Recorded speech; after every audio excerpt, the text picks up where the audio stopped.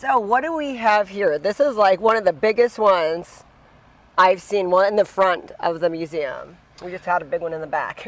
Okay, so this is a B-17.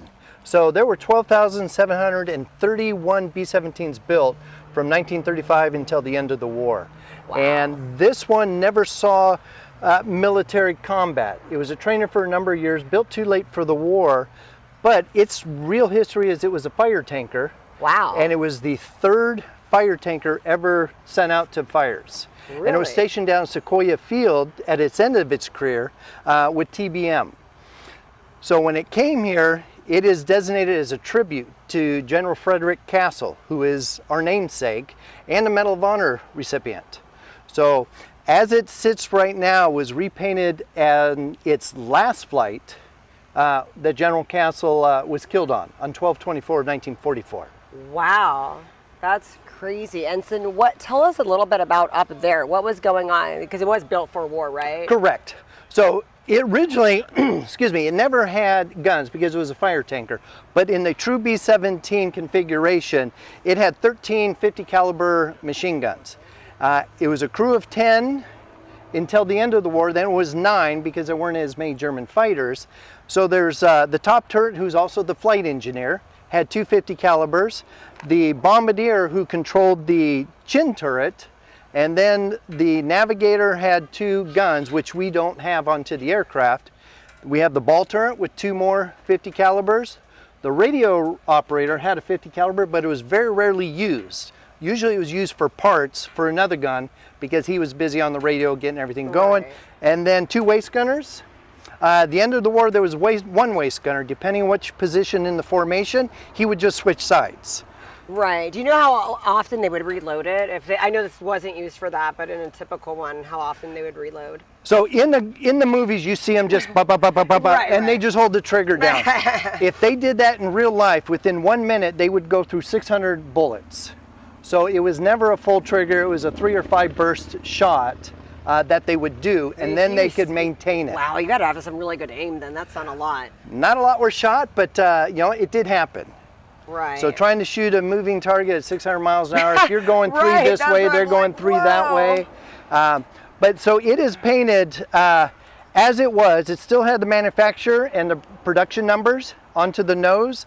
When I did it, I made a couple changes. Since it is a tribute, it flew 6 missions before the final mission.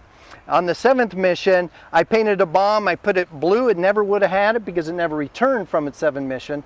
But as a tribute, since General Castle was killed, and then I put the names of everybody that was on that final mission.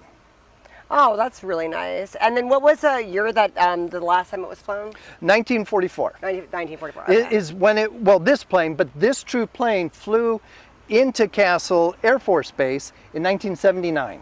And that was the last time those engines were turning. Wow, this is a real piece of history. So how many people could fit into this? It was a 10-man crew.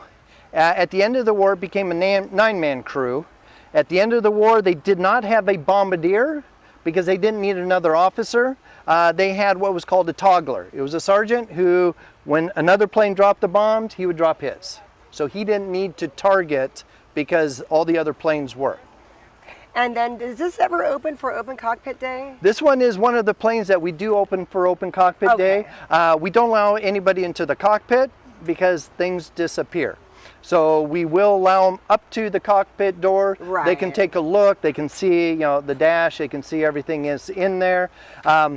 We don't have a lot of gauges, but we do have 2 volunteers who take care of the B-17 down in Tulare. They call themselves the Bomber Boys. They're going to come back and help reinstall all the gauges. They want to build the radio room because this one was removed when it was a tanker. So they're going to help rebuild that. We do have all the radios. We just need for it to be cool because during the summer it's 200 plus degrees inside. Oh my goodness. So you can't very well work on summertime.